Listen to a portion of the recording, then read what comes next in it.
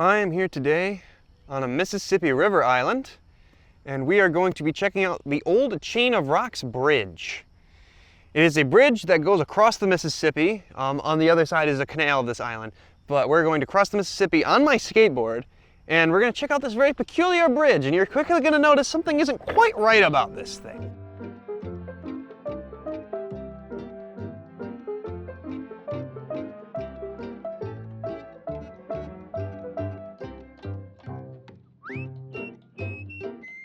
So we can now see the big bend in the bridge, which is right there. The reason why this bridge has a big bend in it anyway, it's due to the chain of rocks below. Basically, there was a big gap in the rocks below, and they realized they wouldn't be able to have an anchor point in the center if they started from straight across like they originally intended to. So they can only find a better anchor point further downstream, which is where I'm standing now. And that's why you'll see this big bend in the middle of the bridge. It was so that they could complete it with the technology of the time. So this bridge opened in 1929 and was in the earliest pieces of Route 66. It didn't last very long as a bridge though. So from 1970 until 1999, this bridge just sat abandoned because they didn't know what to do with it.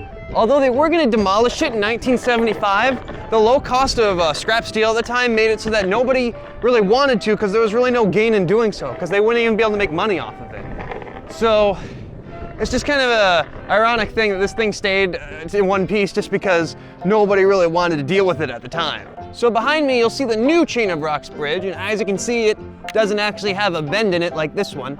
This bridge just simply wasn't gonna last. It just wasn't made for the modern infrastructure we have today. I mean, I'm sure this barely fit 2 cars on it at a time if it wasn't a single lane bridge to begin with. And it's been either abandoned or a bike path longer than it's actually served its original purpose of being a passenger bridge for cars. So I just find it interesting that this bridge is still here despite everything that was going against it.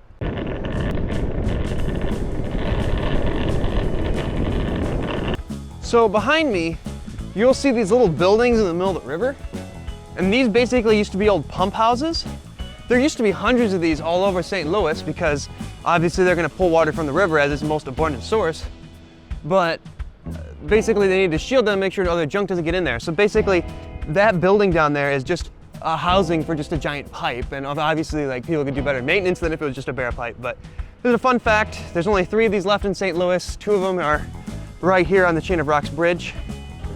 So right now I'm about going to cross from the Missouri side, which I'd say is the much nicer side. This bridge does have a lot of history to it, and more than just, you know, being just a unique place. There was a, how do I say this without getting demonetized? A famous crime that happened on this bridge. So much so that they almost wanted to tear it down just for that reason. But if you do any research about that bridge, it's gonna come up, and just brace yourself if you're kind of the faint of heart sort. If you really want to know where this place is, over my shoulder you can see St. Louis, the arch back there. So I mean, this isn't out in the middle of nowhere. I didn't have to go too far out of my way to get here, but I mean, I did kind of hit this place on my way home just because it wasn't quite in St. Louis, and I figured I might as well take some time if I'm going to do the detour. I'd say it is quite a unique little landmark, and I have to say, check it out if you have the chance. It's just kind of a little unique thing to check off your bucket list of things to do.